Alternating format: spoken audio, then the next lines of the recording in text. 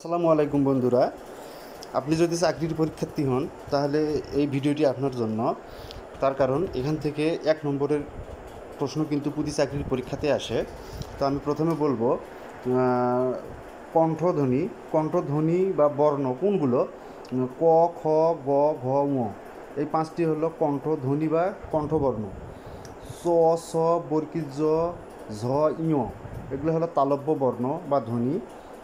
ট, ঠ, ড, ঢ মূর্ধন্য, এইটা হচ্ছে মূর্ধন্য ধ্বনি বা বর্ণ। ত, থ, দ, ধ দন্তন্য, এগুলো হলো দন্ত ধ্বনি বা বর্ণ। প, ফ, ব, ভ, ম এগুলো হলো ওষ্ঠধ্বনি বা বর্ণ।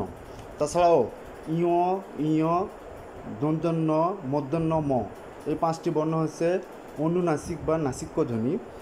অংশ, বিসর্গ, চন্দ্রবিন্দু এই 3টি পরাশ্রয়ী বর্ণ।